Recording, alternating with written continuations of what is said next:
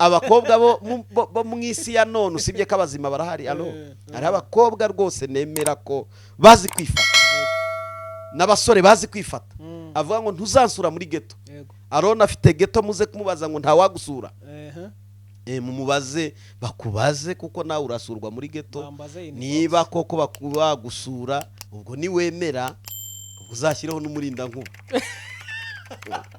murakoze sibyo se bakobwa rata twivuganire kurambagizanya biremera rwose bakurambagiza ariko gusambana ntibyemewe Bibiliya irabibuza Aroni rero nari mvuze ngo nahitamo kabamusura bajyayo ubwo azashyireho n'umurinda nkuba kandi yaseka nibyo niwe mbwiye ariko abandi mwumvireho kuzi ko inzu yawe nta murinda nkuba uhari kandi ugusuye nawe ari inkuba nakazi kawe murakoze Imana ibaho umugisha si ikibazo kuvuga mu ndimi nubwo navuze ngo ikibazo mfite ni icy'impano yo kuvuga mu ndimi hari ibintu byateye usanga abigisha abapasiteri bamwe na bamwe babwira abakristo ngo musenge mu ndimi musenge mu ndimi kandi mu by'ukuri Bibiliya iravuga ngo bamwe bahabwa abandi bahabwa bamwe bahabwa abandi bahabwa abantu bahabwa impano bitandukanye cyane mu by'ukuri nkibaza iyo pasiteri cyangwa umwigisha cyangwa umuntu uhagaze ku ruhimbi avuze ngo dusenge mu ndimi musenge mu ndimi mu by'ukuri uwo muntu aba ayobowe n'umwuka w'Imana kuvuga ibyo bintu ese abantu bose basenga mu ndimi bavuga mu ndimi bavuga indimi hari ikintu turi busubize ariko tubanze kunenga turanenga abantu bose barepetesha abandi indimi ntibazirepeta yego nda practice y'indimi ntayibaho ahubwo ururimi hari n'abigishwa kuzivuga ntazo bahawe subiramo barasubiramo ibyo bintu musubirishamo si repetition yego donc ni impano itangwa n'Imana noneho rero hari uburyo bwiza niba uhagaze imbere uyoboye gahunda y'abagiye gusenga cyangwa uri murabwiriza no kwigisha no gutanga ijambo ry'Imana vuga ngo akwiriye kubikoresha igihe atari mu iteraniro igihe asenga ya wenyine ariko igihe ari mu materaniro nanazivuga nagerageze kugaruka mu by'abantu bumva ese pana kutubwira ngo ye ufashe iminota 10 20 ski ibyo bintu biragayitse ibyo bintu uri gukora niba udafite ubusobanuro bwabyo iminota 20 yacu yituririye ku busa uvuga indimi zawe n'Imana yawe ariko twebwe duhagaze tukureba nk'amapironi ni ikosa rikomeye cyane duhagaze hano kugira ngo ugire icyo tumarira ntabwo duhagaze kugira ngo twumve indimi zawe nubwo kuzivuga ari byiza ariko zivuge gato ukomeze ibitwunga nuko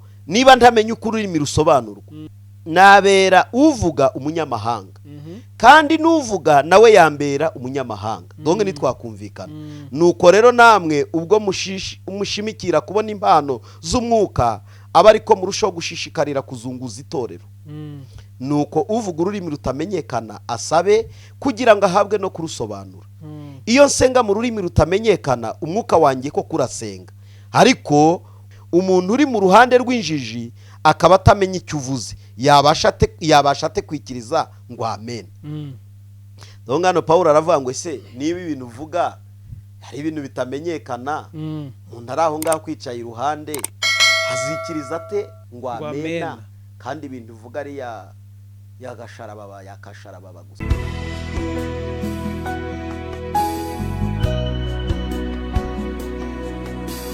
turabasuhuje tubahaye ikaze mu izina rya Yesu Kristo. Iyi ni channel Duhumurizanye TV, muriho ni channel y'itorero Harvest Christian Church Paruwasi ya Bethlehem. Uyu utwicaye imbere mureba muri kamera ni umushumba wacu, namusanze muri biro. Hari ibyo nifuza ko atuganirizaho, atubwiraho, adusobanuriraho kugira ngo turusheho kumenya gusobanukirwa ndetse namwe musobanukirwe.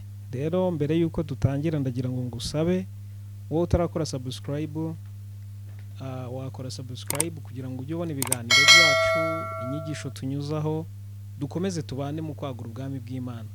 Mbere yuko rero dutangira, reka mbanze musabe adusengere hanyuma dukomeze tuganira. Ndakoze cyane. Turagushimye Mwami Yesu, turagushimye Mwungeri mwiza, tugushimiye ubuntu tugize muri uyu mwanya bwo kuboneka imbere yawe. Tugushimiye kubw'abera bose badukurikiranye muri uyu mwanya kandi bafite amatsiko yo kumva icyo uteguye uyu munsi. Unyemerere duhe ikaze buri muntu wese, ariko dukingura natwe turasaba ngo ijuru ridukingukire. Maze unyemerere ubwo duhe ikaze abantu, ijuru naryo riduhe ikaze, riduhe ibyo gutanga. Ntabwo dutanga iby'umubiri, dutanga iby'umwuka. Turasaba umwuka wera ngo aduhumekereho, maze ubwo ugiye kuganira n'imitima idukurikiye, abari kure n'abari hafi, abari hirya no hino, abari ku mpera y'isi, abari ku migabane itandukanye no mu bihugu bitandukanye, nyemerere twese tugabane umugisha muri uyu mwanya. Ndasengera imitima idatuje bitewe n'ibibazo byamaze kuba ku buzima bwabo, bitewe nuko biriwe batameze neza cyangwa baramutse batameze neza. Mana, birashoboka ko umuntu yaramuka nabi, birashoboka ko umuntu yakirirwa nabi, ariko hari ijambo wavuze, waravuze ngo ahari kurira kwararira umuntu, bwacya mu gitondo impundu zikavuga. Reka buri wese Mana muri uyu mwanya dufashe dusenga, nihaboneka impundu, nihaboneka igitondo kuri buri wese. Reka amanywa arase mu mitima y'ubwoko bwawe. Tugushimiye kubana natwe kuva dutangiye kuza gushyika ku musozo. Icyubahiro kikugarukire mu izina rya Yesu, amen. Amen, amen. Arakoze umushumba wacu. Mbere yuko dutangira tumubaza, hari umuntu ushobora kuba akubonye bwa mbere cyangwa se ashobora kuba asuye channel yacu bwa mbere, wabanza ukatwibwira, ukabibwira abatakuzi bakakumenya, hanyuma tugakomeza. Murakoze cyane. Birashoboka ko waba ari ubwa mbere ugeze kuri channel yacu Duhumurizanye TV. Reka nguhe ikaze nkubwira ngo kuhaguma n'umugisha. N'umugisha. Mbere yuko mvuga amazina yanjye, reka tukwifurize kuhaguma muri ubu buryo. Wahaguma ukoze subscribe, ukajya ukora like, ukarayikinga ko ubutumwa bubonye. Ushobora kujya udusangiza message muri commentaire, ukatubwira uko inyigisho zigufasha, cyangwa se ukagira n'ibyo utubaza, nabyo ni byiza. Ariko amazina yanjye bwite ni Ndorimana Edouard, ndi umushumba w'itorero nk'uko tuyoboreye ikiganiro bivuze. Mbana namwe umunsi ku wundi, ntabwo mba kure yanyu, nubwo hari abo tuba dukumburanye n'ubu bavuga ngo twari tugukumbuye. Nanjye nari mbakumbuye, mbahaye ikaze. Yesu abaha umugisha. Murakoze. Arakoze umushumba wacu. Njyewe uri kumuganiriza cyangwa se turi kumwe muri ofisi, nitwa Aaron. Bamwe bo mu itorero ryacu baranzi, ubwo abatanzi namwe muzamenya. Bose uvuze rimwe. Aaron Nsengimana. Aaron Dusengimana. Hanyuma mushumba, njyewe ubwanjye ariko n'abandi benshi, yes, dufite ikibazo tujya twibaza. Ntekereza ko atari njye njyenyine ukibazaho. Okay. Bibiliya iratubwira ngo hariho impano z'umwuka. Impano z'umwuka. Mfite ikibazo kimeze gutya. Impano z'umwuka muri rusange ni izihe? Icyo ni ikibazo cya mbere numva nibaza, wadusobanurira ukatubwira impano z'umwuka ni izihe muri make. Urakoze cyane. Aaron arabivuze neza. Ubundi Bibiliya ntigira impano z'umwuka n'iz'umubiri. Oya, ivuga ku mpano z'umwuka, ikavuga n'imirimo ya kamere. Noneho rero impano z'umwuka zivugwa ni nyinshi. Bibiliya ikunda kugaruka kuzikorera mu itorero, ariko impano z'umwuka zirenga itorero, zigakorera no hanze y'itorero. Ego. Gute? Ndaza kubisobanura neza ngo nifashishije ijambo ry'Imana. Buriya Bibiliya itwereka ko ari impano zahawe gukora ku misozi itandukanye, reka nkoresha ijambo imisozi Mm. cyangwa se ahantu ahantu hatandukanye. Murabizi ko buriya no mu kibuga cy'umupira w'amaguru hakora impano y'umwuka, oya widucanga, no muri business oya hakora impano y'umwuka. gute? Bo impano ni nyinshi. Imana itanga impano, yatanze impano zitandukanye, ariko itanga impano zo gukoresha ahantu hatandukanye. Ngewe nka pasiteri mpabwa iyo kuyobora urusengero n'izizamfasha kuyobora mu itorero. Yego. Aroni nk'umu enjeniyeri, umwubatsi, ahabwa impano yo kubaka no kunoza ubwubatsi bwe ahumekewe n'umwuka wera mu bwubatsi. Harya ubwo tuhite nahita niki ku bwubatsi turahashyira mu kihe cyiciro? Buriya se ni ubugeni se? Ni nk'ubugeni n'ubukorikori. Bakoze cyane. Buriya umwuka agufasha kunoza bya bindi mu bugeni n'ubukorikori ushorewe n'umwuka wera. Mu kibuga abakinnyi, cyangwa se tubyite n'ubuhanzi. N'ubuhanzi. Ni nk'ubuhanzi. Okay. Noneho hari ukuntu umwuka humekera cya gitekerezo ukagikora mu buryo buri inspiration, buri inspiration. Iyo rero iryo uko guhumekerwa, reka nkoreshe guhumekerwa. Uko uhumekewe ukora ibintu abantu bose bakavuga ngo none se uyu muntu ashobora gukora igikorwa gutya ko abandi batabikora se?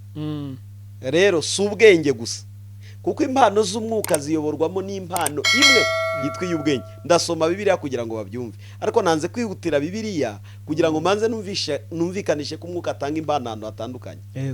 Noneho kuyobora igihugu, ubwo turavuga ubuyobozi kuri departement zose z'igihugu, za ministeri zitandukanye. Ni ukuvuga ngo umwuka wera ashobora kugukoresha aho hantu nubwo atari mu rusengero, ku buryo abo bantu umva ukora ibintu bakajya bavuga ngo uyu muntu ni Imana yamuzanye. Kuki abantu bagiye kwemeza ko Imana ariyo yamuzanye se? Ni imikorere akoreraho, bakabura umuntu bakabona Imana aho hantu. Noneho rero tuze kumva ko impano z'umwuka tutaza kuvuga kuzo mu rusengero ngo twibagirwe ko no hanze urusengero zikorerayo.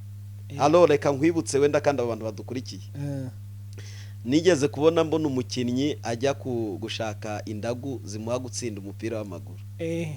Ajya kuraguza ati ndebera ko nzatsinda ibitego. Atanga n'amafaranga, baramuhutunda aracisha. Bamwe bakaza bakadushyira ku mazamu, abandi bakadushyira muri hagati aho barya ubwo urumva ni hagati baterera imipira bajya guherezanya hariya. Haryo ubwo bahita arabashyira yewe sinakubeshye. Ngiye mperutse mu kibuga kera. Nanjye sinakubeshye. Ngira ngo ariko ubwo ni hagati ni muri centre hagati mu kibuga aho batangiriza umupira. Indagu zikagira uburyo zibivuga. Alo ni ikimenyetso kigaragaza ko ni Imana yahagararana n'abakinnyi mu kibuga. Kandi njyaba mbabona nabo babanza gusenga. Kuki babanza gusenga kandi Imana itari buze gukina umupira aribo bakinisha amaguru yabo? Ni ukugira ngo Imana ibashyigikire. Noneho rero ishyigikira abakinnyi ni umwuka ikoresha. Ibaha umwuka bwa mbere bakagira imbaraga zo gukina, ikabaha kuba tayari mu mutwe kugira ngo nagera imbere y'izamu yumve imbaraga. Njya mbona abantu bakoresha ibintu ngo bavuga ngo nibyo batoye bagakubita ishoti ngo rikaza ryaka ngo rigaterura n'umuntu. Biriya bakabyerekana ko ari imbaraga sinzi niba ari iki, ni maji, niba ari maji sinzi. Ni nko twabyita. Isigira uko ishaka kubigaragaza, ariko mbibutse ko impano yose ikoreshwa. Umuntu iyo yemereye Imana imukoreshereza muri iyo mpano. Icyo nshaka kuvuga rero impano ni nyinshi. Gato utarajya muri Bibiliya, hari ikindi numva navugaho aho hantu. Ubusanzwe muri Bibiliya habamo impano z'umwuka kandi ntago habamo impano z'umubiri. Wenda icyo cyo dushobora kubihuza tukavuga ngo hari igihe umuntu akora ikintu abantu bakavuga ngo sha si ukuba yarabyize gusa, afitemo n'impano. Ibyo bintu birahari hanze hano, abantu turabizi, barabizi, murabizi. Umuntu akaba yakora ikintu ariko abantu tukavuga ngo sha si ukubyiga gusa, ariko harimo n'impano. Wenda aho niho nshobora kwemerera yuko ari impano y'Imana, kuko Bibiliya ntitwereka impano y'umubiri. na Satani ntagira impano, agira ibyibano, afatira ku by'Imana yatanze akabikoresha, mbese akabikoresha hatari ngombwa, araprofita. donc arareba akavuga ati Aroni afitiye impano, aho kugira ngo yungure Imana ndayikoresha ahombye Imana. Ego. Ariko iyo mpano aba ari iy'Imana. Ni ukuvuga rero impano z'umwuka ni nyinshi, n'izo mpano waruvuzeho zitwa impano tuvukana. Ego. Iyo mpano ntabwo umuntu ayivukana mu maraso, ayivukana ariyo yahawe. Iyo mpamvu yitwa impano, hari uwayimuhaye. Ni ukuvuga rero Imana irema umuntu imushyizemo impano, noneho icyo asabwa ni ukumenya Imana, kugira ngo Imana iyo aba ariyo yensipira iyo mpano. Kugira uribuka Mose atangiza ihema, Imana ari mu rwego ryo kubaka, Imana yamuhaye n'abazaryubaka b'abahanga, bari abubatsi, ntabwo bari abanyamasengesho. So rero impano z'Imana cyangwa impano z'umwuka ni nyinshi. Iyo dusomye mu Bikorinto ba mbere 12 guhera ku murongo wa 4, haravanga icyakora hari impano z'uburyo bwinshi ariko umwuka ni umwe. Wabyumvisha? Donc impano ni nyinshi ariko umwuka ukoresha impano ni umwe. Iyo atabaye uw'Imana aba umwuka wa Satani. Nicyo gituma tuvuga ngo uyu muntu yadakoreshejwe n'Imana akoreshwa n'umwanzi. Ni ukuvuga rero ba bantu batangazwa nuko harimo n'impano, nuko Imana ishyigikira ya mpano. Iyo idashyigikiwe n'Imana, wa muntu ashobora gukoresha impano y'Imana ariko iyo imbaraga ziyikoresha zikaba iz'umwanzi. Noneho rero dukomeze ku murongo wa 5, haravuga ngo kandi hariho uburyo bwinshi bwo kugabura iby'Imana ariko umwami ni umwe. Wabyumvisha ro? Uburyo bwo kugabura iby'Imana, abayobozi batuyobora ku rwego rw'igihugu n'abakozi b'Imana, abapolisi n'abakozi b'Imana, abasirikari n'abakozi b'Imana, idaso n'abakozi b'Imana, aba bantu baturinda kugira ngo tugire umutekano n'abakozi b'Imana, aba bantu dusanga mu ma office atandukanye n'abakozi b'Imana, ku mabanki gishe baduha amafaranga yacu twababikije n'abakozi b'Imana. Ntabwo n'abakozi b'Imana, abahinzi n'abakozi b'Imana, aborozi n'abakozi b'Imana, abashoferi n'abakozi b'Imana, abatwara amakamyo n'abakozi b'Imana, abashoferi b'indege, abapilote n'abakozi b'Imana, kuko batwara abantu b'Imana. None se utarajya kuri, kubera iki twebwe abo twita abakozi b'Imana ari umuntu uhagaze ku ruhimbi mu rusengero? Mbo ni uburyo abantu bigishwa bagasigara bafata Imana bakayitereka mu rusengero ariko ntibayisohokane hanze. Imana ntabwo ari mu rusengero gusiba, iba hanze hose. Ni ukuvuga rero urugo rwanjye ruri mu Imana. Yampaye urugo ngo mbe umuyobozi. Ni ntari na pasiteri, reka tureke no kuba ndi pasiteri, reka turebe umugabo uyoboye urugo rwe neza, arera abana be neza, atwaye urugo rwe neza, umugore we neza, umugabo we neza, babanye neza, abo bantu bari gukorera Imana mu rugo rwabo neza. Imana nibasura izabashimira, ibabwira ati muri abakozi banjye kweri, murimo muranderera. None se reka ngo urugero rwa bugufi, iyo mbyaye umwana baravuga ngo umwana ni w'igihugu, namurera bakavuga ngo ndi kurerera igihugu, ariko se mu by'ukuri igihugu kimfasha kwishyura? Ariko ndimo ndarerera igihugu, ndabyarira igihugu. Imana rero iyo tumenye ko turi abakozi b'Imana ahantu hariho hose, duharanira kugira ngo twifashishe ijambo ry'Imana ridufashe kuzuza iby'Imana idushyiriye aho hantu. Ndavuga kandi ka kabiri, ujya wumva Imana ivuga mu bahanuzi, yikubwenge iguhaye akazi kandi atari mu rusengero, ubwo aho iguhaye akazi ni ahandi. Ni mukwayo. None se niba ari mukwayo, urumva abantu bari aho ngaho barakorera nde? Ntabwo ari abakozi b'Imana se? Niyo mpamvu niba nabirukana, hari umuntu uzi kamubwira ati wowe kubera ko wanze gukora neza bagiye no kukwirukana. Ubwo Imana si imwirukanye kubera kamere ye. Donc hose ni mukwayo. Twese rero turi abakozi b'Imana aho turi hose, iyo dukoze iby'Imana idusaba. Kandi dushobora guhitamo tugakorera na Satani. Nkomeza aka gace kugira ngo kumvikane ku murongo wa 6. Hariho n'uburyo bwinshi bwo gukora, ariko Imana ikorera muri byose no muri bose ni imwe. umuntu wese agahabwa ikimwerekanaho umwuka kugira ngo bose bafashwe. Yego. Apana urya wo kugira gutya. Ntabwo ari cyo. Iyo ndi kubaka ntibagira bati. No. Ibyo ni imbaraga kubw'uko wahimbawe. Yego. Ariko nkwibutse ko nutaha nturagenda ugira gutya mu nzira. Ubwo so mwuka yagiye. Arahari ariko za mbaraga zo kugomeza ugira gutya zasigariye mu rusengero byasi inyini zo geste. Yego. Zisigaye mu rusengero wabikoreraga no mu cyumba cy'amasengesho. Ariko umwuka muracyari kumwe. Yego. Kuvuga rero ikikwerekanaho umwuka sicyo. Ikikwerekanaho umwuka ni ibintu urakora ariko ukabona ko bihumekewe n'Imana itanga umwuka wera. Ku buryo abantu bavuga ataro amagambo uvuze nubwo utari pasiteri ni Imana yakuvugiyemo. Yego. Noneho kandi ntiwagombye kugira gutya ariko hari amagambo uvuze abantu baravuga ati ni Imana ivuze. None se asomye Bibiliya terekada icyo ni ikintu umuntu agenda akora kikamwerekanaho umwuka. Nirukanga kugira ngo bazi icya kabiri ntaza gutinda. Haravuga ngo umuntu wese agahabwa ikimwerekanaho umwuka kugira ngo bose bafashwe. 8 umwe aheshwa ijambo ry'ubwenge n'umwuka. Buri ijambo ry'ubwenge timusigaye muvuga ngo abantu bafite ijambo ry'ubwenge ni umwuka uritanga. Iyo ni impano y'umwuka. None se kugira ijambo ry'ubwenge tutaraharenga impano y'umwuka ishobora gukorera mu mupagani no mukijijwe. Impano y'umwuka ishobora gukorera mu muntu utari wakizwa. Impamvu mbibajije hari umuntu ushobora kuba adakijijwe ariko akaba afite amagambo y'ubwenge atyaye hahandi wifuza no kumwumva cyane. Umwuka ntakoresha abamaze gukizwa gusa. Yego. Umwuka akoresha n'abatari bakizwa. Noneho kubera ko umwuka azi uyu muntu icyo azamara mu gihe kizaza. Yego. Umwuka aranabizi ko uyu muntu azakizwa. Umwuka aranabizi ko uyu muntu azakorera Imana. Umwuka aranabizi ko uyu muntu azaba umupasiteri. Umwuka arabizi ko uyu muntu azaba umuyobozi. Atangira kumwespira icyo gihe no kumuhumekera hatari yanaza mu rusengero. Noneho mu rusengero ni connection igiye kumuhuza n'Imana. None icyo gihe ni uzura umwuka wera. Birya by'ibimenyetso byo kuzura umwuka wera.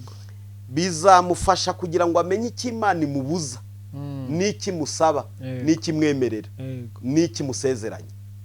None icyo gihe reka se nubaha urugero rwa bugufi. Umuntu ashobora kugira impano yo kuririmba ariko atari yajya muri korari. Ariko ukabubona ko afite impano yo kuririmba. Umuntu ashobora kugira impano yo kwigisha ariko atari yajya mu rusengero ngo yigishe ariko ukaba ubibona ko ayifite. Umuntu ashobora kugira impano yo kuyobora leadership ukabona ko umuntu n'umuyobozi ariko atari yajya aho bayoborera. Ni ukuvuga iki rero ikibura niyo sirikwi Imana ikora yo kumujyana hahandi gusa. Iyo ahageze rero bya bindi Imana yateguye kera ibiteguriye muri we tangira kubisesa. None abantu bakavuga ngo mbega umuntu yamuteguye kera nakumenye utari waba urusoro ngushyiriraho kuzaba. Uwo ni Yeremiya wabwirwaga. Donc Imana itegurira umuntu mu nda ya nyina ndetse atari yanaba mu rusoro. Imana ishobora kugutegura urusoro rwinjiye Imana ikaruvugaho ngo rwinjiye n'umuhungu azakora ibi azagenda gutya azapfa gutya atari yaba urusoro. Ni ukuvuga iki rero impano z'umwuka zishobora gutangira gukorera mu muntu utari wakizwa. Birashoboka. Nicyo nasubizaga. Hanyuma reka nkomeze kugira ngo bazi icya kabiri. Undi agaheshwa n'uwo mwuka umwe aheshwa ijambo ry'ubwenge n'umwuka. Undi agaheshwa n'uwo mwuka ijambo ryo kumenya. Kandi agaheshwa n'uwo mwuka kwizera. Undi agaheshwa n'uwo mwuka impano yo gukiza indwara. Undi agahabwa gukora ibitangaza. Undi agahabwa guhanura. Undi agahabwa kurobanura imyuka. Undi agahabwa kuvuga indimi nyinshi. Undi agahabwa gusobanura indimi. Ariko ibyo byose uwo mwuka umwe niwe ukorera muri abo bantu. Agabira umuntu wese uko ashaka. Wumve ko bavuze ku mpano zisa n'izikorera mu rusengero. Ariko kandi izi mpano ziyoborwa n'ikintu kimwe. Abafite izo mpano zose ufite impano y'ubwenge arabayobora iyo bayibuze. Kuko impano yose igomba kuba ifite urufatiro rwitwa ubwenge kugira ngo ibashe gukora neza. Iyo ubwenge bubuze impano ikora ibitabaho.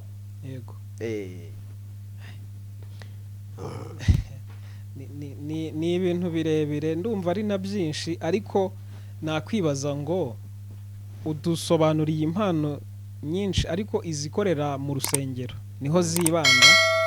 Bibiliya nta nubwo igitwereka impano zikorera hanze cyane, izikorera mu rusengero. Ngewe nk'uwibaza nakwibaza ngo ni iyihe mpano nziza kurusha izo zose nahitamo wahitamo guhabwa cyangwa se gusengera gusaba? Ese umuntu ashobora gusenga asaba impano runaka akayihabwa mu mpano z'umwuka? Mu mpano z'umwuka ushobora gusaba ugahabwa, okay, ariko hakaba n'izo wahawe. Imana ahubwo ikeneye ko ukoresha usenga kugira zake, kuko impano yose idasengewe irazima. Yego. Ariko impano iyo uyifite, iyo ugize ibihe byinshi byo gusenga ugasabana n'Imana, ukegera Imana, impano iri muri wowe irazamuka, iradomina. Noneho kuyikoresha bikaba nko kuyisasa, kuyibwira ngo yake. Pawulo abwiye Timoteyo ngo ntukirengagize impano ikurimo. Iyo waheshejwe n'ibyahanuwe no gusengerwa ukarambikwaho ibiganza n'abakuru, ujye wita kuri iyo mpano, ujye usoma ijambo ry'Imana, wite kuri iyo mpano uyisengere, kugira ngo kujya mbere kwawe kugaragarire bose. Nicyo gituma habaho interinoma, kwitoza. Interinoma ubwo reka tubyita imyitozo. Buriya no mu banyempano bagomba kugira imyitozo yo gukoresha impano zabo, no guhora batozwa kuzikoresha neza, no gutegurwa kugira ngo bazabashe gukora bagere ku rwego baba aba champions. None se pastor, aho ngaho ura ugiye kunshanga. None se uyu munsi turabona abanyamipira bajya mu myitozo, turabona umuntu ashaka kwiga gutwara imodoka akajya kubyitoza. Impano yose uravuze ngo igira imyitozo. Ese umuntu yakwitoza nko guhanura? Guhanura barabitozwa. Ndabivuga muri ubu buryo. Yego. No kuvuga ngo icyambere hagomba kumenyekana ko uyu muntu afite iyo mpano. Ukimara kumenya ko ayifite, agomba gutangira ishuri ry'abahanuzi. Ishuri ry'abahanuzi turarifite, ni ishuri rya teoloji. Muri teoloji nubwo tubona hajyayo abapasiteri n'abandi bafite izindi mpano zo kwigisha no kuyobora, bakiga leadership, abandi bakiga n'ibindi muri teoloji, ariko n'abahanuzi bajyayo. Umuhanuzi ntabwo yigishwa kuvuga ibyo avuga, umuhanuzi yigishwa gukoresha impano. Impano yawe ufite niyo guhanura. Ibintu byose uhanura bigomba kuba bishingiye ku ijambo ry'Imana, ntibijye inyuma y'ijambo ry'Imana. First of all agomba kuba azi ijambo ry'Imana. Natarimenya azahanura n'ibitabaho, ahanure n'ibisenya aho guhanura ibyubaka. Icya kabiri, ijambo ry'Imana riba guidance, umurongo umugayidinga kugira ngo atazajya mu cyuka. Icyo twakita icyuka. Umuntu ashobora kuba mu mwuka ariko yarenga umwuka akajya mu cyuka, ukagera aho ngaho ukazaporomoka. Muzarebe muri iyi minsi barigisha ngo munywe gake, munywe gakeya, gake karemewe, ariko bakavuga ati nusinda polisi iragufata n'imodoka bayitware, banagufunge, bafunge n'ikinyabiziga, baguce n'amafaranga. Ariko utari umusinzi nta kibazo aragenda, ariko yanyoye, abo nabo hanze. Iby'umwuka nabyo bisaba ko wiga kugira ngo utazarenga imirongo yo guhanura. Ndavugamo kimwe, umuhanuzi wese agomba kuba afite ibirenge avukiraho, akuriraho, kugira ngo abashe gutozwa neza, aza umuhanuzi w'ikirenga uzakomera, uzagera kure. Ubwo ni umubyeyi wo mu mwuka. Yego, urakoze cyane. Ni umubyeyi wo mu mwuka. None icyo gihe agira uburyo avuga ngo data ni umuhanuzi wenda, cyangwa se n'umwigisha. Burya n'uwigisha abahanura, n'ubwiriza abahanura, n'uhugura burya abahanura. Hari n'uvuga rero akavuga ngo mwumve uko Uwiteka avuze, nuko ari we twemera gusa. Abandi burya tubatata nk'abantu bari aho ngaho, ariko burya n'uwigishije aba yahanura, kuko amagambo yavuze araduhindura, cyangwa se akatugarura, cyangwa se akatuzamura mu kwizera, cyangwa se akaduhishurira ibihishwe. So rero twese burya turi abahanuzi, niyo mpamvu hagombaho kubaho ishuri ryo kwiga. Icya kabiri, tugomba guhora dukoresha ya mpano mu bandi, kugira ngo batugenzure koko ko iyo mpano ariyo cyangwa se itariyo. yego ko hari abantu biyita abahanuzi atari bo. Rimwe na rimwe ugasanga bagiye kuzakora ibitari mu muhamagaro kuko n'ubundi uwo muhamagaro ntawo bafite. yego Rero ni byiza ko tubana n'abandi turi mu gusenga turi kwapurika turi gukora bya bindi yego kugira ngo noneho abatureba koko bavuge ngo uriwe. Ngwibutse ko kugira ngo umuntu avuge ngo ndi umuhanuzi si ubimenye, abakureba nibo babimenye. yego Buryo uko wiyita niko ubyumva, ariko burya abakureba bashobora kuvuga ati uyu si we, ariko uriya we ni we. Nicyo gituma rero ni byiza kuba hagati mu bandi kugira ngo impano yawe ikorere mu bandi. yego Naho ibintu byo gukora wenyine no kwihisha no kugenda usesera, ibyo bintu ni byo gushidikanywaho. birakaze tutarajya kure nari ndimo nibaza ngo ngewe nk'umuntu ushaka gusaba Imana impano igeretse kuzo yampaye, ni iyihe mpano nziza iruta izindi umuntu yakwifuza muri mu mpano za Mwuka Wera?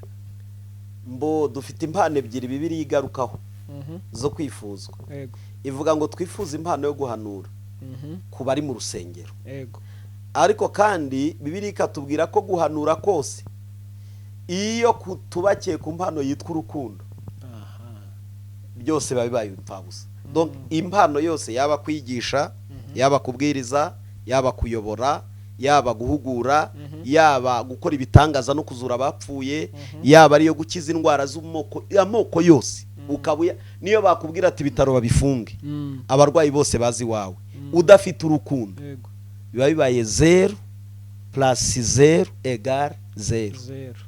Ndabisubiza nshingiye hano kuri 13 gice cya 13 cy'Abikorinto rwa mbere rw'Abikorinto 13. Aravuga ngo nubwo navuga indimi z'abantu n'iz'abamarayika ariko singira urukundo mba mpindutse nk'umuringa kadende. Kadende se urayizi wowe? Hari abantu batazi kadende bavuzaga kuri primaire mu cyaro kugira ngo usohoke no kwinjira pa bagakubita ukavuga nka kadende, ukavuza induru ugahanura nka kadende, ugakora ibitangaza nka kadende. Kadende yankoreraga umuti iyo bayikomaga, ahitaga nsohoka mbere y'abandi ati ndaruhutse amasomo yaranyishe. Hakavuga ngo kandi nubwo nagira impano yo guhanura nkamenya ibihishwe byose, nkamenya ibizaba muri 80 muri 280 cyangwa 250. yego Nubwo nkamenya ibihishwe byose n'ubwenge bwose, kandi nubwo nagira kwizera guhagurutsa ibimuga n'ibirema n'impumyi n'ibindi, yego nkabasha gukuraho n'imisozi ikavaho, kanyarira nkayikuraho n'indi misozi yose ngaterura ngajugunya, abantu bakavuga ati n'umunyabitangaza, ariko singira urukundo alone we ntacyo mba ndicyo ntazi. yego Reka nkoreshe ijambo abantu bumva. Kuri Bibiliya iravuga ngo uyu muntu nicyo tutazi, siki ni igiki. Noneho bakatubwira ngo kandi nubwo watanga ibyawe byose ukabifashisha abanyarwanda byose, ugasigara ntacyo usigaranye byose, n'uwo mu cyambere cy'ubudehe akarya, n'uwo mu cya kabiri, no mu cya gatatu, n'icya kane ukamubwira atenda nguhe, umva byose ukabitanga, ntacyo mba ndicyo. Kandi naho nagaburira abakene ndetse nkitanga ubwanjye ngo bantwike, ariko singira urukundo ntacyo byamarira. Noneho kubera iki? Kandi yariyo ntego y'abantu benshi. yego Hari ibintu byinshi abantu bakora bidakorewe mu rukundo. Iyo ikintu kidakorewe mu rukundo, dore ahantu kiba gikorewe. Kiba gikorewe kugira ngo bakumenye. yego Kwiyerekana, kwigaragaza, kwiyamamaza. Mundebe ndabikoze, ariko mu ndebe mubimenye ni ngewe n'izina ryanjye murishireho, mumenye ko ari njye ukora ego. Imana rero y'urukundo ibikuwemo hakajyamo wa wundi ubikoze. Ni ukuvuga rero imirimo izagororerwa, imirimo izahabwa agaciro ni iyakorewe mu rukundo rw'Imana, ntabwo ari iyakorewe mu bwibone no kugaragara no kumenyekana. Ni nayo mpamvu mubona abantu basigaye bajya gufasha bagatwara amakamera, n'ibyo batanze nta nabyo, ntabwo mwagira abo ngusha. Ariko icyo mbabwira, Bibiliya irakubwira ngo ukuboko kw'iburyo ni gukora, ukw'ibumoso kubireke. Kubera iki Imana itubuza? Nuko Imana idakunda ibikorwa byose bidakorewe mu rukundo, kuko urukundo rutuma ubura bya bikorwa ukoze ukabona Imana. yego Ariko iyo hatari urukundo bagira batyo, je suis baravuga ngo ni nge je moi ni nge ubikoze. Ariko kandi wajya kureba nubwo ubikoze ni byiza, ariko urukundo rurakubwira ngo ibuka Imana igukoresha, kandi nayo yakubereye provider, iguha ibyo utanze, aba ari yisingizwa mbere. Bakatubuza iki kirero rero? Ibintu byose bidakoreye mu rukundo Imana ntibyemera. Yego. Bibiliya ikatubwira urwo rukundo. Icya mbere Aroni unkurikiye nyumve n'abadukurikiye. Yego. Urukundo rurihangana. Ako kantu. Icya kabiri rukagira neza. Icya gatatu urwo rukundo ntirugira ishyari. Ibi bintu byateye by'amashyari mu Banyarwanda, mu birabura, mu Banyafrika. Aho ubyara abantu bakababara, wakubaka inzu bakumva bayisenya, aho ukora ubukwe abantu bamwe bakunja amenyo, mariage yawe aro. Umuntu agakunja amenyo ntiyishimire mariage. Ntacyo wamutwaye. Ni ukuri kose ntacyo wamutwaye. Aho umuntu ababazwa n'agahinja kumva yagakonyora ijosi, ari uruhinja. Kandi ari no guseka ataha, iryo ni ishyari. Urukundo ntirwirarira bwa bwibone, ntirwihimbaza, ntirukora ibiteye isoni, ntirushaka ibyarwo, rushaka iby'inyungu abandi barimo, ntiruhutiraho, ntirutekereza ikibi ku bantu, ntiruhora ruvuga ngo nta nkuru, ubu hari inkuru zateye, ubu twirwa dushaka inkuru mbi ku bantu. Iyasabe mumbabarire ngewe gasingira umwanya wabo bantu, ariko maze iminsi nanjye ndeba nkuko namwe mureba, Iyasabe irahacishije cyane. Ariko mu by'ukuri biriya ni kigaragaza ko urukundo rutamuba. Kuko twakabaye tufata umwanya wo kubara ibyiza yakoreye abantu, twarangiza tukafata umwanya wo kujya mu kiriyo tukarira, tugasenga, tukavuga ngo Mana garuriye intama, kuko yagiriye benshi akamaro. Ariko ikibabwira ishyari, icya kabiri urukundo ntarwo ruhora rushaka ikibi. N'ubu nabonye abajya muri arishive ngo bari gushaka amakosa ya kera, birirwa bayashaka. Ariko mu by'ukuri icyo ni ikimenyetso cyo kubura urukundo. Icya kabiri no kwishakira ibyacu by'inyungu, views, za miliyoni zinjire kuri YouTube, nanjye mbone uburyo views bamviewing bankurikirane, inkuru iri gushyushye ni izo nkuru zose Imana ntizibamo. Njya mbona n'abakozi b'Imana bazivangamo ngo Imana yavuze, muri abanyabinyoma gusa. Murashaka kuzazimura mujyane n'Imana mu mazimwe, murashaka ariko ntimuri n'abakozi b'Imana. Afazari navuga ko muri abasatani. Ntabwo Imana ijya mu magambo y'abantu, no mu ntonganya z'abantu. Niyije ije kubakosora ngo nimuhagarare, nimurekeraho. Ntabwo ivuga ngo nimukomeze. Murakoze, reka mbinira tagira uvuga ngo navuze abantu.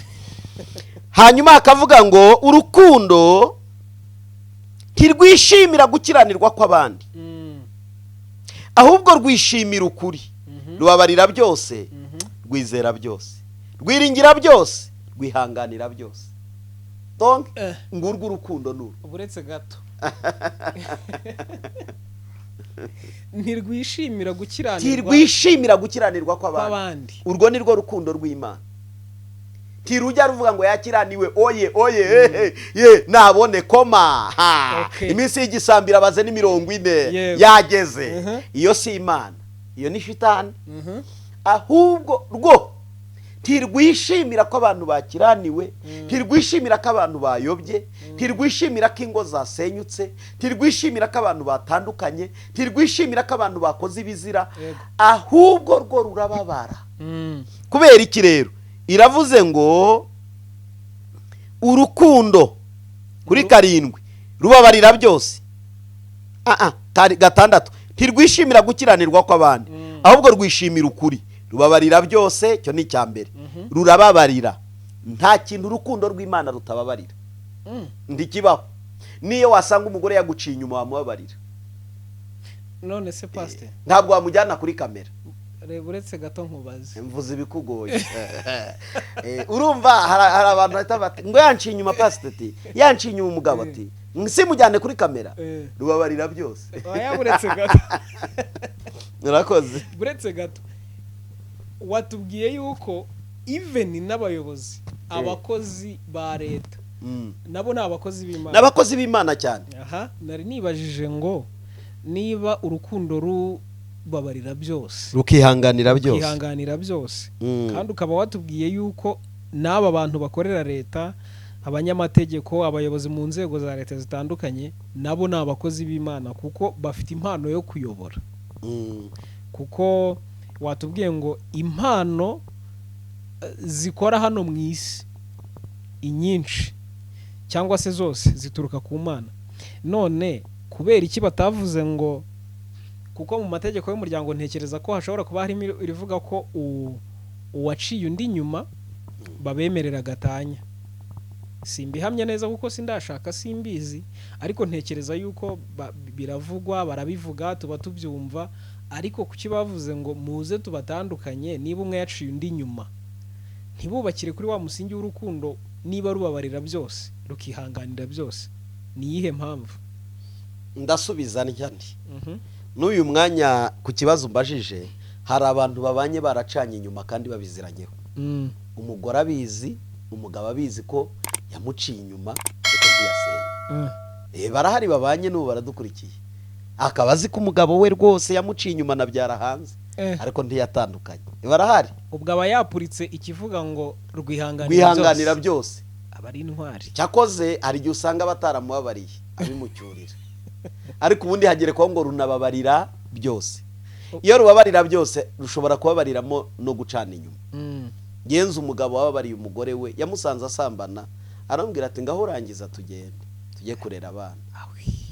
Umugore aburiye akwira, aravuga ati ndahukana turajya hese, ntacyo ngutwara, abana twabyaye bararuta iki gikorwa wakoze. Rero ntabwo shingira kuri iki gikorwa ngo uduta abana bacu, ngwino tujye kubarera. Uwo muntu ko afite umutima ukomeye. Ego. Ariko nanone icyo amategeko avuga, igituma leta ishyiraho ayo mategeko ni ukugira ngo irengere aba bana ari babiri. Ni ukuvuga ngo iyo abantu bamwe bageze kuri urwo rwego, havuka n'umwuka w'amakimbirane ushobora gutera kwicana cyangwa se gukomeretsanya n'ibindi byinshi. Leta rero Bibiliya iravuga ngo ubwami bwose bushyirwaho n'Imana. Abalo mu gice cya 13 were ku murongo wa mbere kugera nko ku 8 hagenda herekana ko ubuyobozi bwose bushyirwaho n'Imana. Ariko ntabwo ubuyobozi bushyirwaho n'Imana buyoborwa na Bibiliya gusa. Bibiliya ni igitabo cy'abizera, si igitabo cy'abatizera. Ni igitabo cy'abahisemo kwizera. Ni ukuvuga rero umuntu agomba gukora ibyo yizeye no kubaha uwo yizeye. Noneho rero igihugu kirimo abizera n'abatizera, nicyo gituma mu itegeko nshinga n'andi mategeko hazamwe amategeko aterekereye kuri Bibiliya na gato, ahubwo arinda abaturage bose n'ubusugire bw'igihugu. Hazamo kurinda igihugu habamo no kwica, kurinda igihugu habamo no kuvusha amaraso, kurinda igihugu habamo no gufunga, kurinda igihugu habamo ibintu byinshi. Ariko mu buryo bwiza bateganya ko abo bantu niba ikibazo cyavutse, nubwo basezeranye ivangamutungo risesuye cyangwa se muhahano cyangwa n'ibindi, bemera ko bashobora kubatandukanya mu buryo bwo kurinda umwe mu bashakanye kugira ngo barokore ubugingo bwe, ndetse no kugira ngo bagene uko umutungo wafasha abana kugira ngo nibuze barinde ubusugire bw'abana. Byose barabiteganya. Ni ukuvuga iki rero, abantu bumviye ijambo ry'Imana ntibajya bagora leta, kuko ibintu byinshi leta ikora bigaruka kuri Bibiliya. Bibiliya ikaza gukora byinshi kuruta ibyo leta yagennye, kubera ko iki ni igitabo cy'abizera. Rero kubwo kwizera gutandukana ntibiba birimo. Ego. Murakoze nawe. Waruvuze ngo urukundo rwihanganira byose, haravuga ngo ntirwishimira gukiranirwa kw'abandi, ahubwo rwishimira ukuri, rubabarira byose. Sinzi ikintu utababarira, ariko ubu nicyo utababarira. Ndonga niba ufite urukundo rw'Imana, simvuga urukundo runo rwa, kuko hariho inkundo zigera muri 3. Hariho agape, hakabaho bita phileo, n'urwo bita ngo ni mu kigiri kibarwita ndarwibagiwe, ariko ni 3. Hari urukundo rw'inyungu rureba kuri intérêt, hari n'urundi rukundo rureba ku icyo nakita kuba abantu bararikirana niyo baba kuryamana na mushiki wawe uko wabishaka. Urumva ko urwo rukundo narwo ndirusobanutse, cyo ni ikibazo gikomeye. Ariko hariho urukundo rw'Imana, nirwo mvuga abantu bataza kunyumva nabi.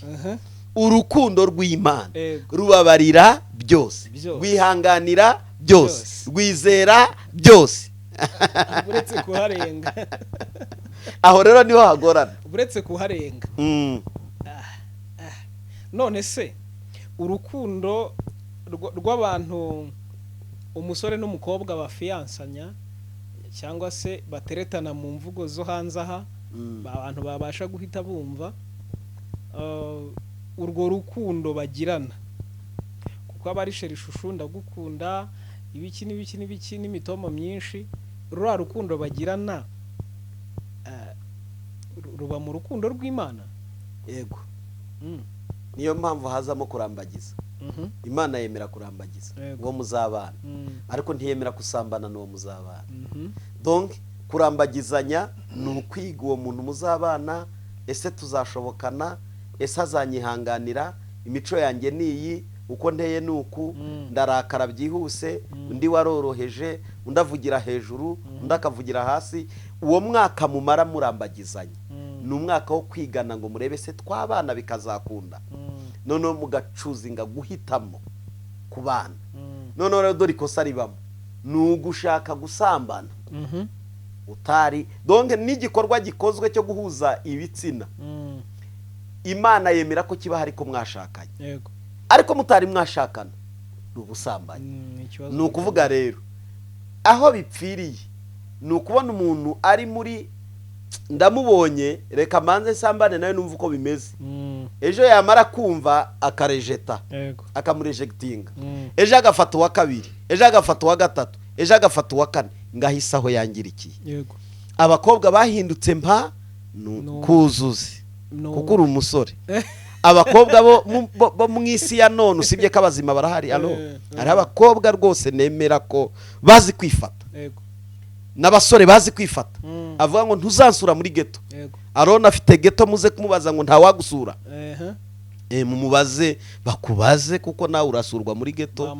Niba koko bakubagusura ubwo ni wemera ubwo uzashyireho n'umurinda nkuba. Murakoze. Sibyo se. Bakobwa rata twivuganire, kurambagizanya biremera rwose bakurambagiza, ariko gusambana ntibyemewe. Bibiri irabibuza. Aloni rero nari mvuze ngo nahitamo kabamusura bajyayo ubwo azashyireho n'umurinda nkuba. Kandi yaseka nibyo niwe mbwiye, ariko abandi mwumvireho. Kuzi ko inzu yawe nta murinda nkuba uhari kandi ugusuye nawe ari inkuba, nakazi kawe. Murakoze, Imana ibaho umugisha.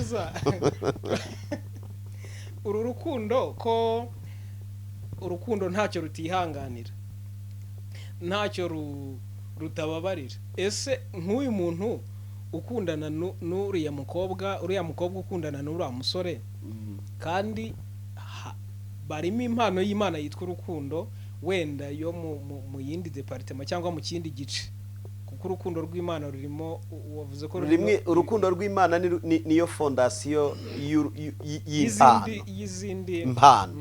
Kuko ntiwatanga udafite urukundo, ntiwafasha udafite urukundo, ntiwakorera abandi udafite urukundo, ntiwagoboka abandi udafite urukundo, ntiwacumbikira abashyitsi udafite urukundo, ntiwadiyakona udafite urukundo, ntiwashumba udakunza abo ushumbye, ntiwahanura udahanuriye abo ukunda. Kuko rimwe na rimwe dufite abahanuzi batagira urukundo, banarobanura abo bahanurira. Kubera urukundo rwakamye, akareba uwo yanga akamuhanurira ibyago, akareba uwo kunda akamuhanurira ibyiza. Ntacyo bimaze. Ibyo uvuga ni kamere yawe. Urukundo rw'Imana rugutegeka no guhanurira umwanzi wawe ibyiza.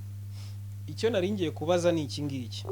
Naringiye kubaza ngo uyu musore n'umukobwa bakundana, ko ushobora gusanga ejo batandukanye bapfuye ibintu biraho, kuko si babana ngo yamufasha muca inyuma, ntibabana ngo yamufashe akora ibyangwa n'amaso y'abantu ndetse n'Imana, ariko ugasanga urugero amusanze nko kuri telefone irasonnye, asanze ari wait, nta mubabariye ngo kuko yasanze ari wait, ngo mwavuganaga nande cyangwa se wenda n'urugero umuntu aramuhamagaye bari kumwe, no musore n'urugero umukobwa amuhamagaye bari kumwe, ahise azura umugara baraguhamagaye erega ntabwo ari abakobwa gusa ro n'abasore n'abagabo babana n'abagore babo bahamagara umugore ati mada iyo telefone igwamagaye ni yande zana hano mbanze ndebe n'abagabo barahari bameze baryo n'abagore bahora mu message basomayo abantu kandi bakita ku y'abagore igitsina gore ubu byaracuramye abagabo babasambanye basigaye bafata abagore bakabaha amazina y'abagabo kugira ngo umugabo narebe umugore narebe abona atese uyu nteziryayo nteziryayo umugabo naho nteziryayo ni igikobwa bajyana n'isombe cy'imirongo indagara Nyabugogo heti okay chantier Kicukiro kandi koko chantier igeze kuri umuyede gahanga urakoze cyane ibyo byose abantu babikorera kujijisha kugira ngo uwo babana ye kugira mubaza byinshi ubwo nari ngiye kwibaza ngo ni gute umuntu ashobora kutihanganira ko kantu kabayeho akavuga ko afite urukundo ni kamere ituma urukundo rutuzura ugakunda umuntu ariko na kamere yawe ikaza kwica ibyo wakoraga bijyanye n'urukundo umuntu ashobora kugukunda agaparticipa mu kiganiro agaparticipa mu kuguhamagara participation iyo ukayibona mu buri finance akaguha ariko hagira gatoya gaseruka abona ibya bikorwa byose by'urukundo n'umwanya wose ukabona hindutse nk'umusazi bigahita bisenyuka abari ka kamere gwihanganira byose rubabarira byose rwizera byose nturaruneka umuntu kuri telefone uravuga ati bo naragushatse kuraho maneko se hano mugira za maneko ukanekesha umugabo ukanekesha umugore za moto zirirwa ziruka inyuma y'abagabo n'abagore ngo genda undebere mota nzaguhemba ku kwezi ujye umenya haciye waba habonye ati ubonye ari kumwe nabandi atari kumwe n'abagore cyangwa ari kumwe n'abagabo hari za maneko zirirwa inyuma y'abantu bashakanye abasore n'abakobwa namwe murabikora urukundo nyarwo rubabarira byose rwizera byose rwihanganira byose rubabarira byose rero nta kintu gihari ariko se umuntu yishe data ko yansabye imbabazi ko namubabariye yatumye mbi imfubyi mu bupfubyi bwanjye abigizemo uruhare ko namubabariye se amategeko agira ibindi ateganya ariko nkanjye naramubabariye reka mbabwire rero jya ubabarira umuntu kandi usibe udiretinge apana kuba wababariye ejo havuka kandi ati na bya bindi byose aturabyibuka ati rikosa ni rya kangahe aturabyibuka ni bya bindi wavuga ngo arababariye ukabizikura ibyo biba ku bagore cyane no ku bakobwa sinzi abasore niba namwe mubigira balone simbizi nge siko nteye nge mba numva wababariye uba wababariye turakaranyije naba mbigizemo uruhare wabo bigizemo uruhare mba numva bidakwiriye kurenza at least iminota 10 bikiri hagati yacu cyane erega nibyo byiza mba numva twabiganiraho bigashira bikava mu nzira tugasigara dukeye hari ikintu nari ngiye gusubiza aba bantu kubabarira n'ubutwari burenze ubundi butwari bwose yego Mandela baramubwiye ati Mandela uvuye muri gereza ni gute ushobora kubabariye abazungu bagufunze imyaka 27 arababwira ati mbabwiza ukuri iyo ntababarira abazungu nari kuba ndi muri gereza kandi nayisohotsemo ariko nababariye mbakura mu mutima reka nkorane n'abazungu akorana n'abazungu apfa yitwa intwari ya Afurika ariko yababariye abamugiriye nabi bamushyirishije mu nzu y'imbohe y'imyaka 27 asoza yitwa intwari ya Afurika Mandela Madiba uyu munsi turamwibuka icyo ni ikintu gikomeye yavuze ngo iyo atababarira abo bazungu yari kuba akiri muri gereza kandi yayisohotsemo ishurirwa rikomeye ni ukuvuga ngo umuntu utababarira abari mu nzu y'imbohe umutima ububoshye n'ibitekerezo biboshye iyo utababariye uhora uri imbohe upfana donge niyo upfuye upfuri mu nzu y'imbohe burya bashatse bagushyira amapingu ku maboko bakavuga atapfuye ari mu nzu y'imbohe kubera ko kutababarira nicyo cyumba cya mbere kikuzirika kikakuboha ubuzima bwawe bwose none se hari nk'abantu abadukurikiye mu ihangane twagiye ku ruhande ho gato ariko turacyari kuri ya mpano y'urukundo iyi ni impano y'urukundo ibirango byayo ibiyiranga ntiwayivuga rero ngo uyirangize hari icyo nari ngiye kwibaza nk'umuntu hari abantu mushobora kugirana amakimbirane cyangwa se mukagirana ikibazo akaba umuntu akaba atakwifuza yuko mukiganiraho ngo mugikemure. Nk'uwo muntu ubwo ntaba wa mugani ameze nk'uri muri gereza ku mugani wa Mandela. Hari intambwe ya mbere. Iyo umuntu aguhemukiye ushobora gutegereza ko aza kugusaba imbabazi. Intambwe ya kabiri, iyo adasabye imbabazi wowe uragenda ukamusaba imbabazi kandi yaraguhemukiye. Ibyo nabyo biri mu bigize urukundo. Ego kubwira mwene so ngo warambabaje, mutima wanjye urababara, ariko kugira ngo dukomeze tubane ntababaye. Yego. Ngewe niba narakubangamiye, ngewe nkubwira uruhande rwanjye, hano narababaye, hano narababaye, bino byarambabaje, bino birambabaza, ariko we niba utarababaye umbabarire. Icyo nifuza no kubaho mbohotse, nanze kubigumana ndabikubwiye, kuko kuvuga ikintu usa n'ukirutse ukagisohora muri wowe. Hanyuma we niba adafite kugira gusaba imbabazi, mufate gutyo nyine. Ariko buriya ntabwo dusaba imbabazi ntabwo tubabarira ntabwo reka nkoresha iyi terimi, ntabwo dutegereza ko abatubabaje aribo badusaba imbabazi, ahubwo ushobora gutera intambwe ugasaba imbabazi uwakubabaje. None se mbabazi, Yesu ari ku musaraba yaravuze ngo Mana ubabarire kuko batazi ibyo bakora. Stefano bari kumutera amabuye yaravuga ngo Data ubabarire kuko batazi icyo bakora. Ubwo so ntari kubabarira bari kumugirira nabi. Uzi ikintu abakoze, ababahaye urukiko rw'Imana ngo ruzababuranisha. Donc iyo ubabariye umuntu wakubabaje uba umuhaye urukiko rw'Imana.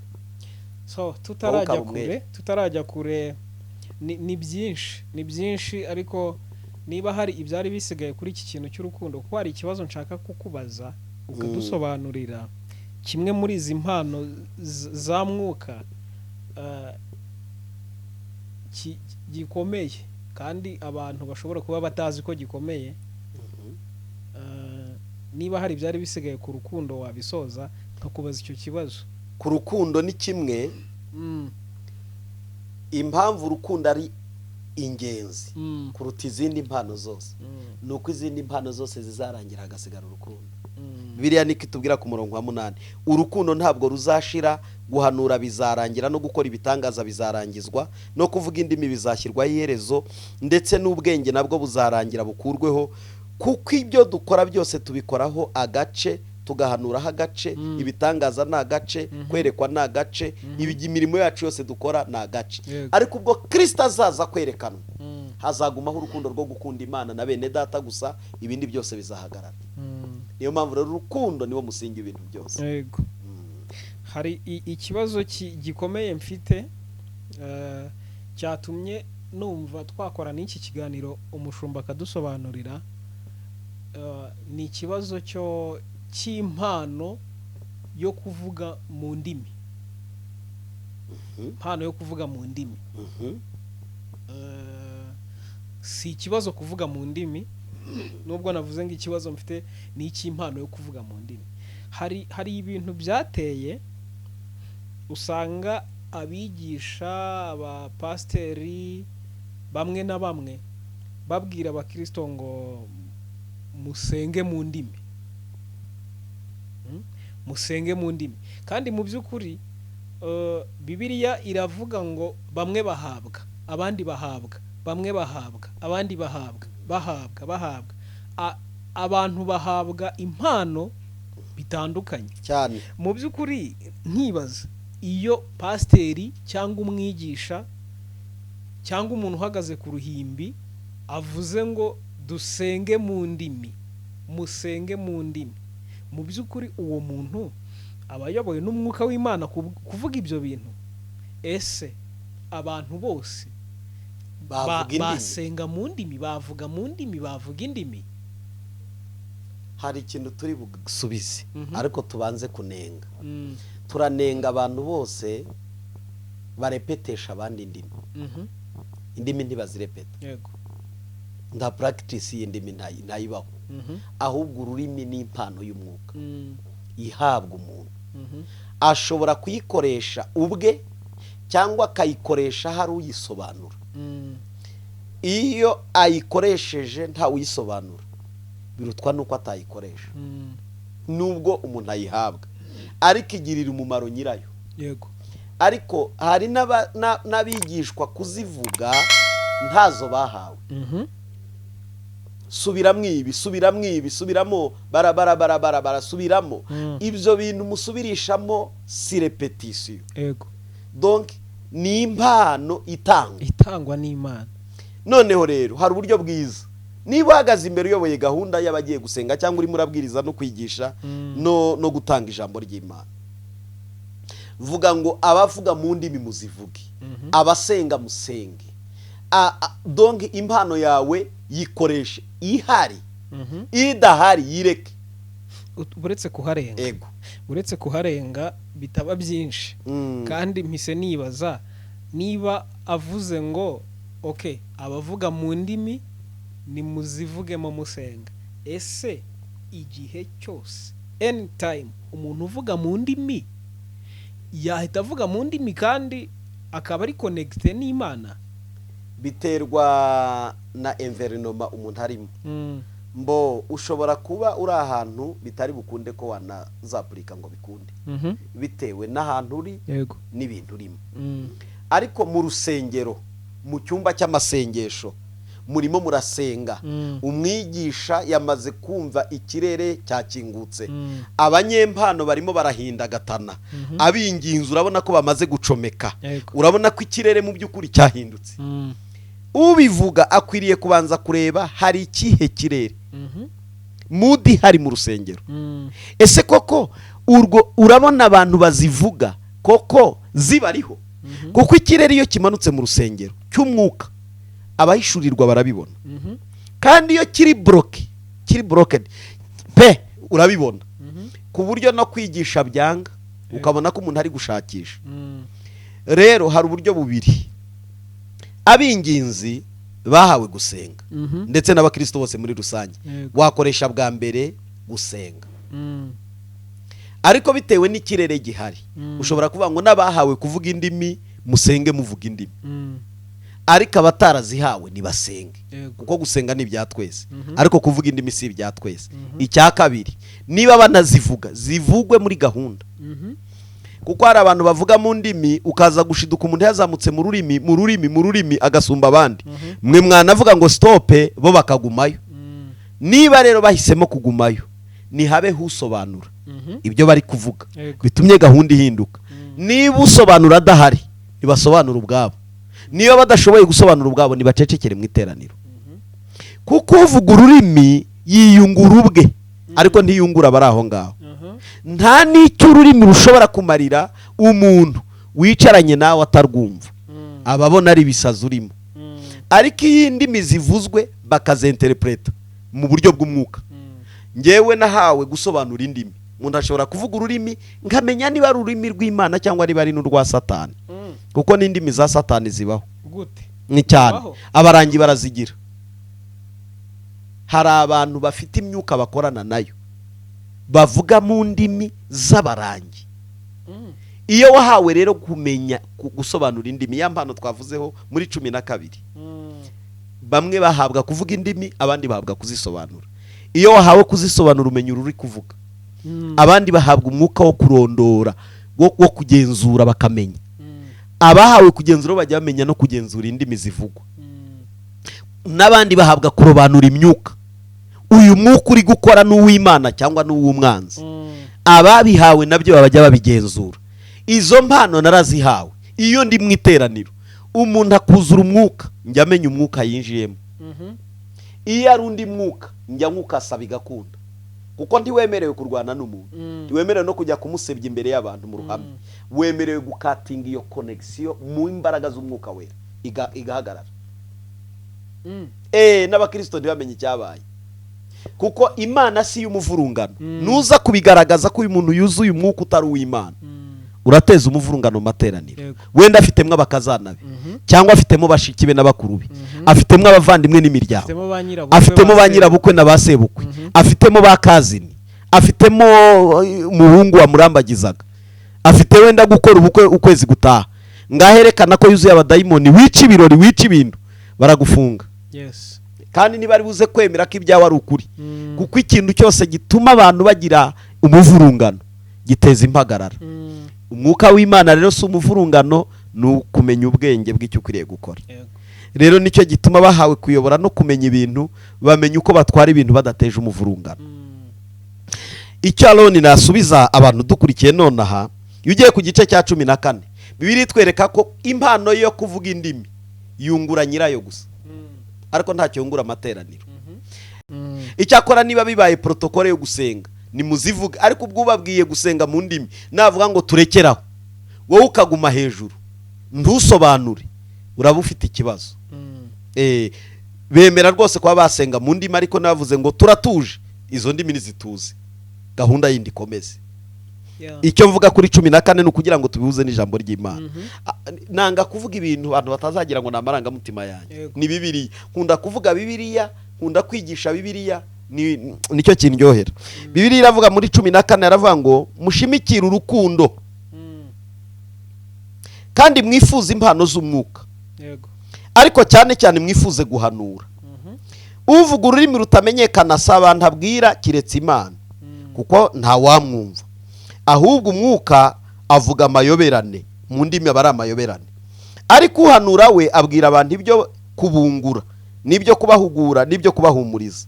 Uvuga ururimi rutamenyekana ariyungura ubwe, ariko uhanura we yungura itorero. Nakunda ko mwese muvuga izindi ndimi, ariko ikirutaho nuko mwahanura. Uhanura aruta uvuga izindi ndimi, keretse azisobanuye kugira ngo itorero ryunguke. Ariko none bene data, ninzi wanyu mvuga indimi zitamenyekana, nzabamarira iki? Nindababwira ibyo mpishuriwe cyangwa ibyo mpawe kumenya cyangwa guhanura cyangwa kwigisha, bizabamarira iki? Dore ibidafite ubugingo nabyo bigira amajwi, ubwo inyoni zirazamo, umwirongi uzemo, inanga zizemo keyboard. Ariko iyo bidatandukanije amajwi yabyo, babwirwa n'iki bivuzwa cyangwa igicurangwa icyo ari cyo. Kandi n'impanda nayivuze ijwi ritamenyekana, ninde wakwitegura gutabara kandi impanda itavuze ijwi rimenyekana? Namwe nuko ururimi rwanyu ni rutavuga ibimenyekana, bazabwirwa n'iki byo muvuga ibyo ari byo, ko muzaba mugosorera mu rucaca. Indimi zo mw'isi nubwo ari nyinshi zite, nta rudafite uko rusobanurwa. Niki kinyarwanda ndi kuvuga ari abatacyumva, ariko abacyumva bazi ibyo ndi kuvuga. Rero indimi zose zo mw'isi nta rudafite uko rusobanura. N'urwo mu ijuru rero rugomba kuba rufite uko rusobanura. Iyo ruvuga rero rudasobanurwa ni rurekere. Haravuga ngo nuko indimi zo mw'isi 11, nuko ntamenye uko ururimi, nuko niba ntamenye uko ururimi rusobanurwa, nabera uvuga umunyamahanga, kandi nuvuga nawe yambera umunyamahanga. Donge nitwakumvikana. Nuko rero namwe ubwo umushimikira kubona impano z'umwuka, aba ariko murushaho gushishikarira kuzunguza itorero. Nuko uvuga ururimi rutamenyekana asabe kugira ngo ahabwe no kurusobanura. Iyo nsenga mu rurimi rutamenyekana, umwuka wanjye ko kurasenga, ariko nuka wanjye koko urasenga, ariko ubwo bwenge bwanjye ntibugira icyo bwungura abandi. Nuko rero noneho ngire nte, nzajya nsengesha umwuka wanjye, ariko kandi nzajya nsengesha n'ubwenge. Nzaririmbisha umwuka wanjye, ariko kandi nzaririmbisha n'ubwenge. Utabikoze nawe agashimira Imana yishimishije umwuka we wonyine. Umuntu uri mu ruhande rw'injiji akaba atamenya icyo uvuze, yabasha ate kwikiriza ngo amen? Ngano Paulo aravuga ngo ese niba ibintu uvuga hari ibintu bitamenyekana, umuntu ari aho ngaho kwicaye iruhande, hazikiriza ate ngo amena? Kandi ibintu uvuga ari yakasharababa gusa. Ikibazo gikomeye. Ntabwo ari byo. Dukwiriye kuvuga urwo rurimi tukiyungura, ariko tukibuka ko twahagarariye aho kungura abandi. Ntabwo duhagarariye aho kwiyungura. Noneho rero Bibiliya iravuga ngo umuntu uri mu ruhande rw'injiji udafite icyazi yakikiriza ngo amen ate kandi ntacyo yumvishije, kugira ngo nawe abashe gufatanya nawe gushima. Kubwawe uba ushimye neza koko mu buryo bw'umwuka, ariko wa wundi ntacyo aba yungutse kuko ntacyo yumvisha. Shima Imana yuko mwese mbarusha kuvuga indimi zitamenyekana. Uyu ni Paulo. Ariko mwiteraniraho kuvuga amagambo inzovu mu rurimi rutamenyekana. Nahitamo kuvuga amagambo 5 nyavugishije ubwenge bwanjye, kugira ngo nigishe abandi. Bene data, ntimuba abana bato ku bwenge, ahubwo muba abana b'impinja ku bibi, ariko ku bwenge muba bakuru mu izina rya Yesu. Amen. Amen. Donc ngizo kuvuga mu ndimi icyo bisobanura. Imana ibambere umugisha. Ubwo biravuze ngo umuntu uvuga mu ndimi we aba ari kuganira n'Imana ku giti cye wenyine, ku giti cye. akwiriye kubikoresha igihe atari mu iteraniro, igihe asenga ya wenyine. Ariko igihe ari mu materaniro nanazivuga, nagerageze kugaruka mu byo abantu bumva. Ese pana kutubwira ngo ye ufashe iminota 10 20 ski, ibyo bintu biragayitse. Ibyo bintu uri gukora niba udafite ubusobanuro bwabyo, iminota 20 yacu yituririye ku busa. Uvuga indimi zawe n'Imana yawe, ariko twebwe duhagaze tukureba nk'amapironi. Ni ikosa rikomeye cyane.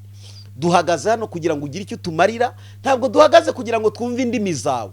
Nubwo kuzivuga ari byiza, ariko zivuge gato ukomeze ibitwungura. Ego. Muri rusange, muri make, abantu basobanukirwe kandi bajya basobanukirwa, abantu ntibakabayobye cyane, kuko niba wa mugani Bibiliya ivuga ngo usenga mu rurimi rutamenyekana aba yiyungura ubwe. Ego. Rero ntihakagire umuntu babwira ngo muvuge mu ndimi utaranazihawe.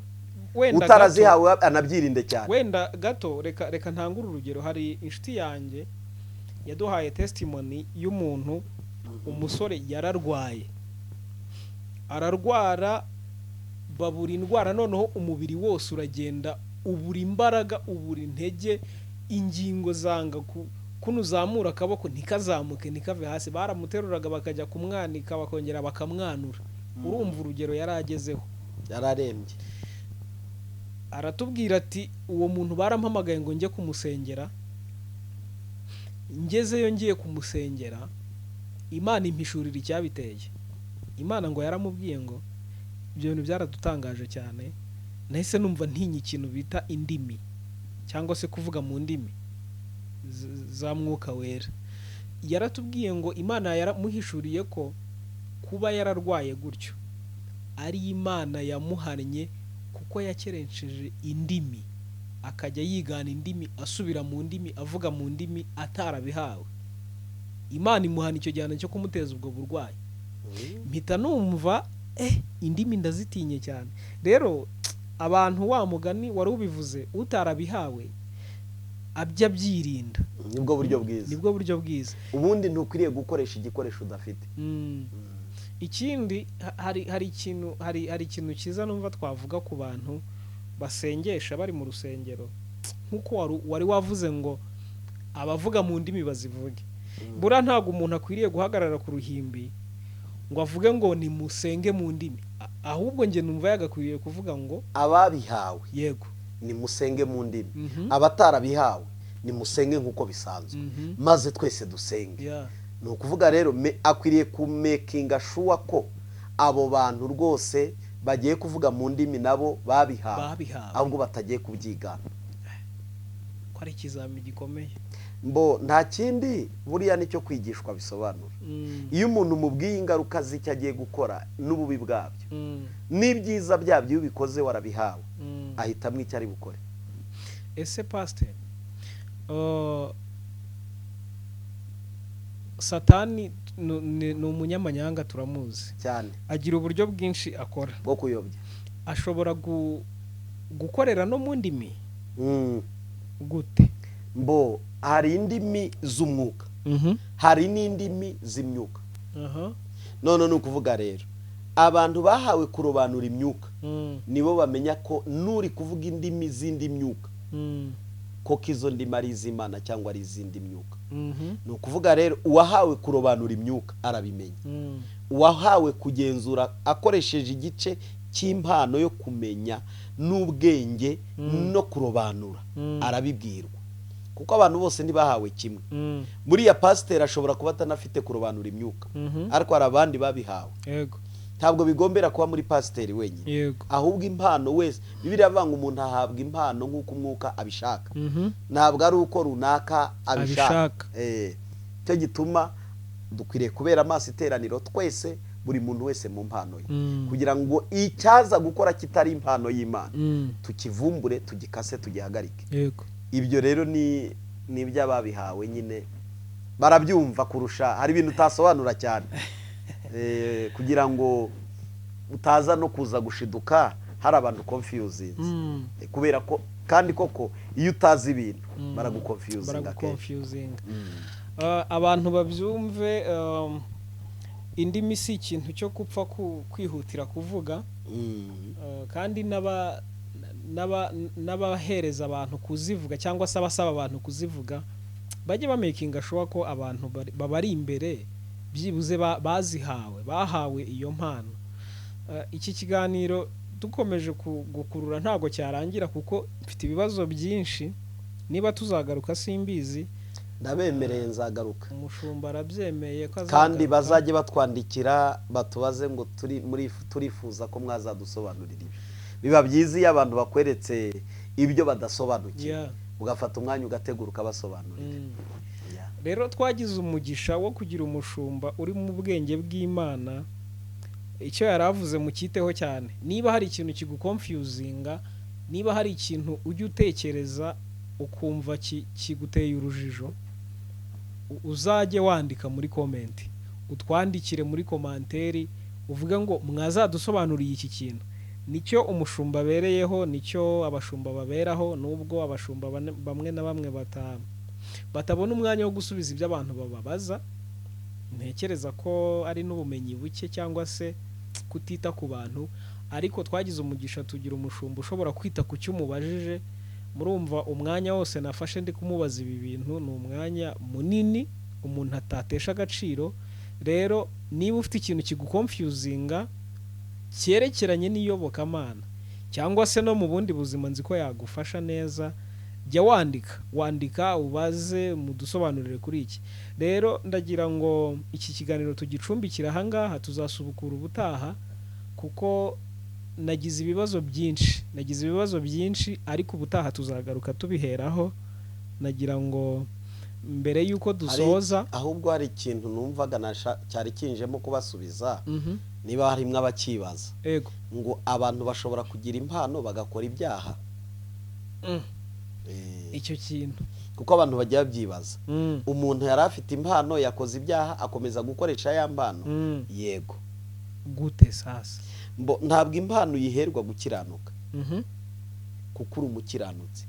Impano itangirwa kugira ngo ibere abandi umumaro, ikorera abandi. Niyo mpamvu yitwa impano, kado, gift. Iyo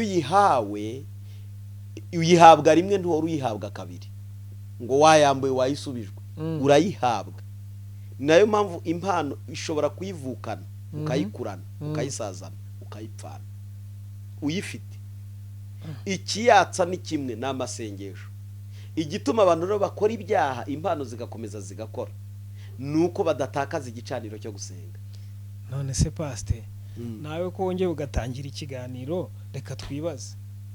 Mu by'ukuri ngewe mfite impano y'ubuhanuzi, ndaguye mvuye mu gakiza, none se ndagera hanze ubwo nsohotse mu rusengero, kuko umuntu uguye avuye mu gakiza la majorité baba basohotse mu rusengero, uretse ko hari n'abagwa bari mu rusengero. Ariko noneho tuvuge ko mvuye mu rusengero, none se ndagera hanze iyo mpano y'ubuhanuzi ikomeza ikore, ntago Imana yinyambura? Ntabwo Imana ikwambura iyo mpano, nubwo ibifitiye ububasha. Yayizimya birashoboka, ariko la majorité abenshi iyo bagumye ku gicaniro cyo gusenga no kugomeza kuba imbere y'Imana, kuko igicaniro nicyo gihora cyatsa impano. Noneho igicaniro kikongera kigakora ikintu cya kabiri gituma tubasha gutsinda ibyaha. Yego. Ntabwo abantu bakorera Imana ari abakiranutsi gusa ngo bumve ko bo ari abere nk'abogejwe bameze nk'amata y'ikivuguto y'inshyushyu. Bashobora gukora ibyaha bafite urufatiro nabo rwo kwihana nk'abandi bose. Ariko hakabaho ikosa rimwe, ibyaha bakora bituma batakarizwa icyizere mbere y'Imana n'imbere ya societe communauté bakorera. Icyizere rero kirakomeye.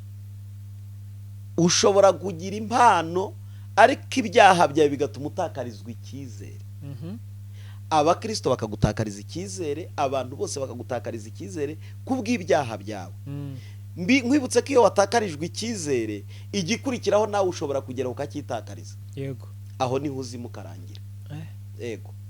None se pastor, reka twongere twibaze, umuntu ashobora gukoresha impano yahawe n'Imana ariko mu nyungu zitari iz'Imana? Birashoboka cyane. Urumva icya mbere, igihe cyose umuntu yafashe icyemezo cyo kutezwa, buriya gakiza, iyo bavuze agakiza ni part 1, iyo bavuze impano z'umwuka ni part 2. Buriya twatarutse part 1. Noneho part 1 umusingi ni agakiza. Noneho agakiza kakaguhesha kuzura umwuka wera. Umwuka wera wuzuye akaguhesha impano. Noneho rero umuntu ashobora kuba yarakijijwe akuzura umwuka wera, yarangiza ibyo yahawe nk'impano n'umugisha w'Imana wo gukorera abantu, agasikara bikoresha mu nyungu ze. Ni ukuvuga iki rero? Bibiliya igisubizo kiboneka muri Matayo igice cya 7 n'umurongo wa 21. Haravuga ngo, ibwo icyo ni cy'abanyempano. Igice cya 7 umurongo waho, reka mbere kuri 21.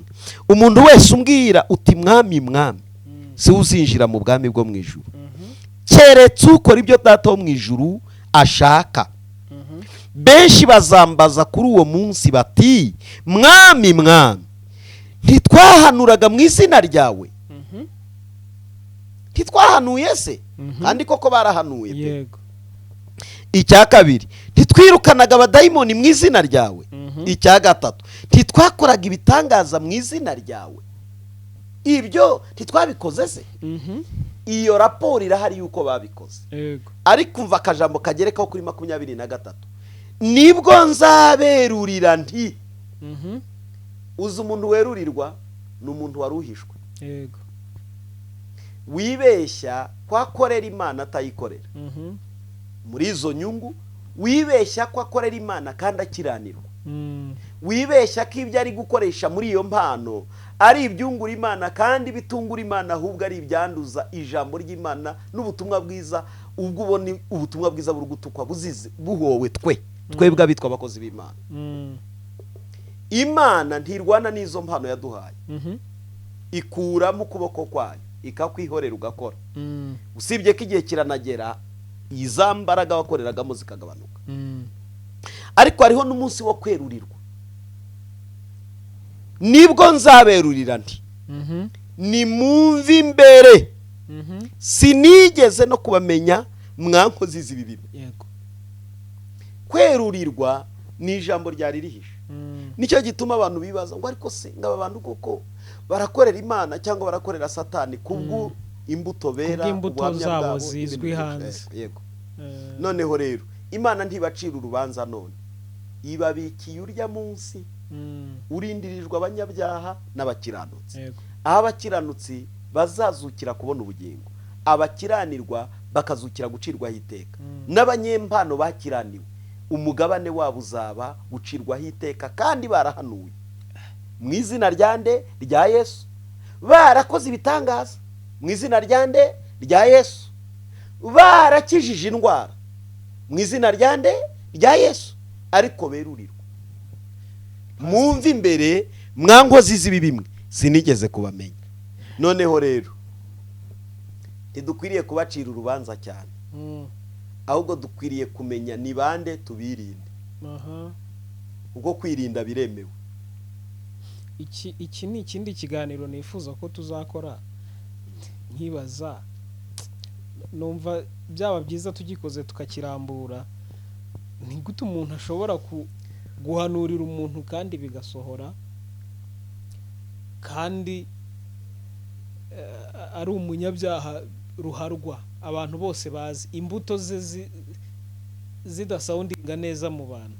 Numva ari ikintu tuzaganiraho tukakirambura, ukatuganiriza ese abo bantu twabamenya gute, twabirinda gute, kugira ngo abantu turusheho kumenya. Ndagira ngo tugisoreze ahangaha ikiganiro,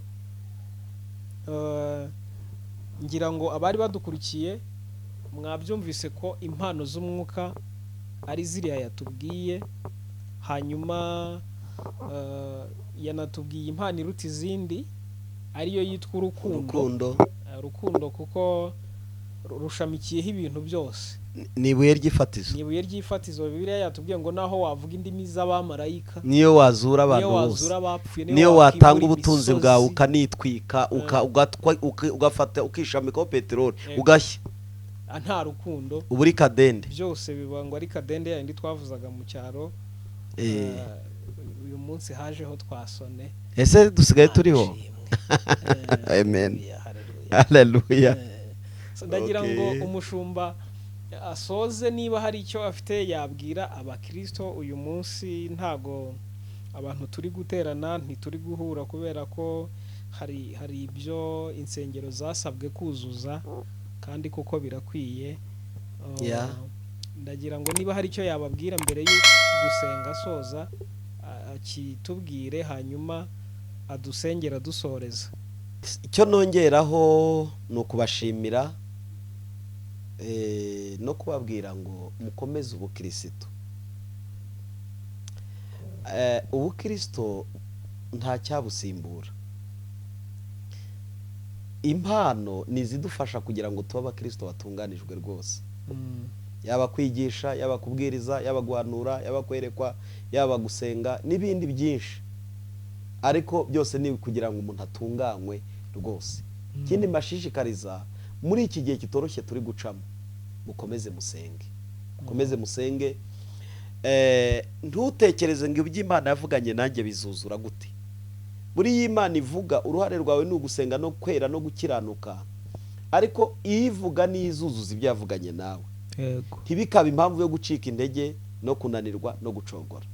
Imana ibaha umugisha, ndabakunda abenshi muri kure n'abari hafi.